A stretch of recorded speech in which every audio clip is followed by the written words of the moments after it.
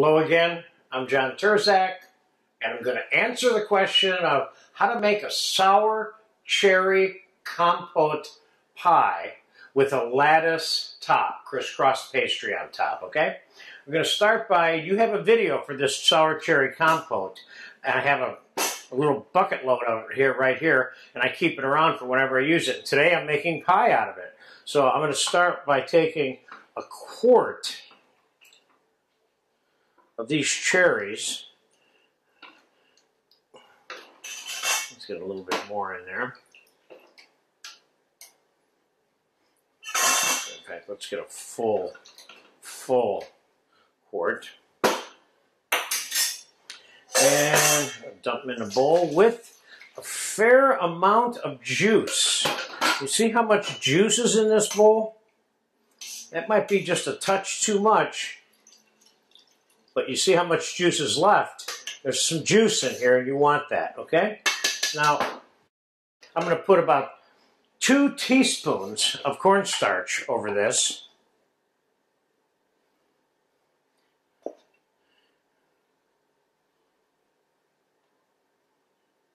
That's enough right there. You don't want to overload this with cornstarch because it won't be as juicy when it's all said and done. Let's get that mixed up.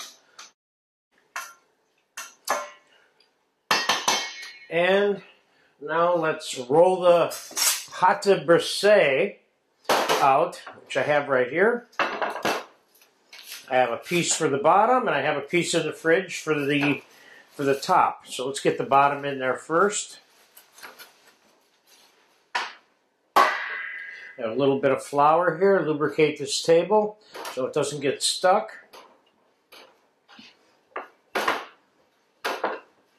Use our tapered rolling pin because it directs the traffic and the flow of the way this dough is being rolled. So much easier than a flat rolling pin by applying the pressure where you want it.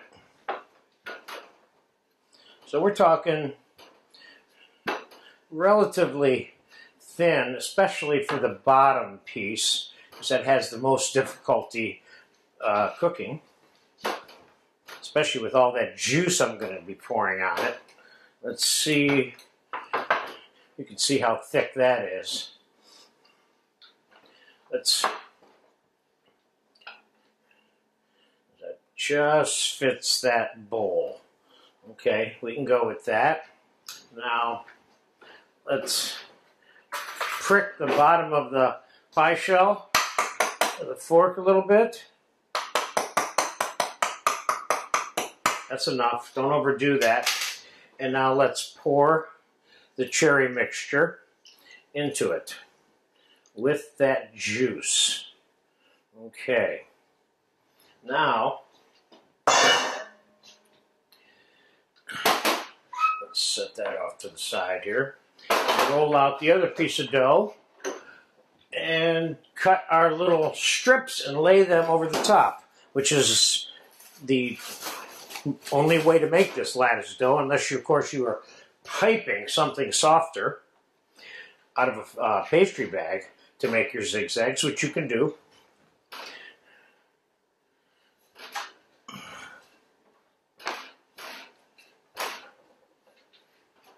I made a slightly larger, I made a 1.5 size batch of the pate brisee, which you have a lesson for, so that I would have enough to do the top and the bottom.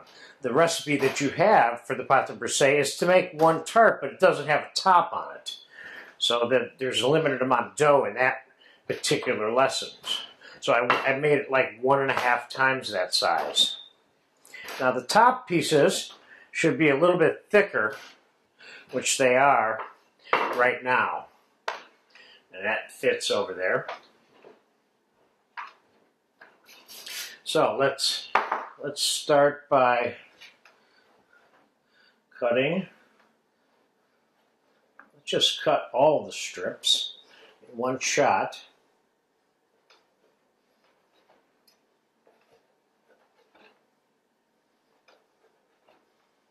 Can cut them a little thinner, a little thicker. kind of like the way you want them.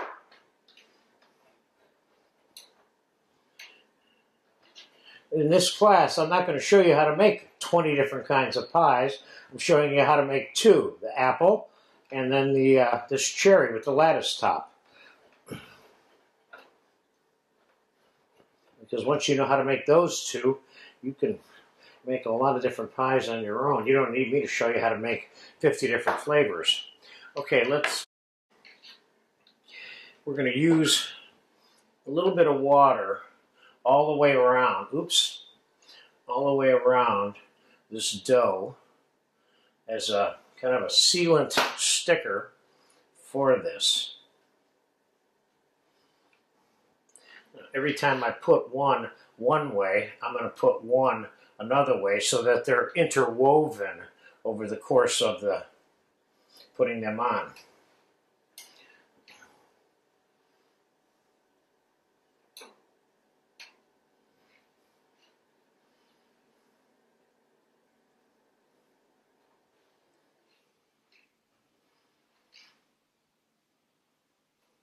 Because if you laid them all out and laid the other one on top, they wouldn't be interwoven.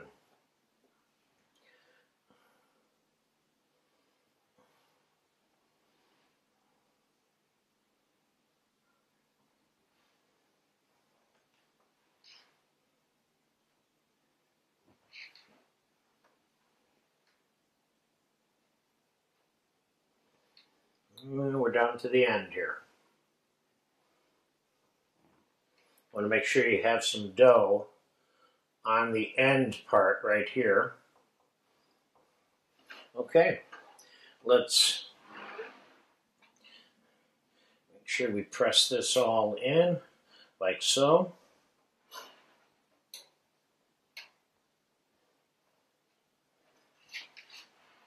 If I wanted to, I could just pop this in the oven without even trimming it now, and I could trim it after I baked it if I wanted to, but I'm not going to do that.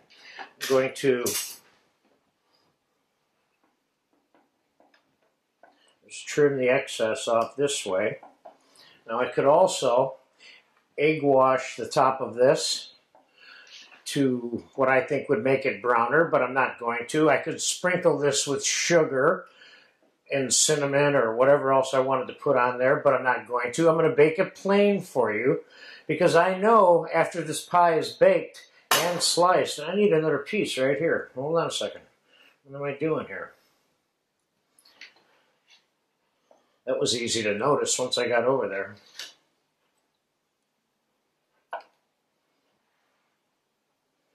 Okay, there you go.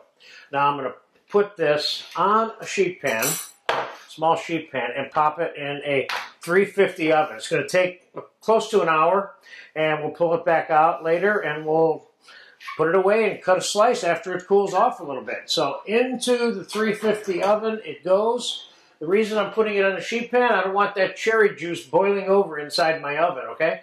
So we'll be back in about 45 minutes to an hour. The cherry pie is looking really good. It's been baking for about an hour and 15 minutes, hour and 20 minutes. So we're going to take it out, let it cool off. And you can see why it was a good idea to put it on the pan, because the juice did bubble over, and it bubbled over into the pan. Hold on a second now. There we go. Let's get it on the cooling rack. So all of that would have been in the oven. We don't want that. So after this cools off, we can refrigerate it or let it come to complete room temperature over the period of 4 or 5 hours, or we can put it in the fridge in a few minutes and get it cold, but then we're going to come back and cut it, and obviously we're going to serve a piece of cherry pie on a plate with some whipped cream. So I'll see it when this thing gets cold. This cherry pie has cooled, and I put it in the fridge, and I put it in the fridge overnight. So now let's get a piece of it cut with some whipped cream on a plate so we can see what the results are. First, a little bit of powdered sugar, which I think is almost mandatory for this pie. And let's cut a piece. I already cut one piece out. I checked it out. before we decided to open up this particular scene. Slowly dig this out of here. I didn't take the other piece out, so this better come out exactly the way I want it to. Ooh. Ooh, I like that. Oh, I left some of the pie dough behind here. Let's get some of that. Where did this come from? This came from right here. There we go. Looks good. Let's try another piece. Let's see how that one goes.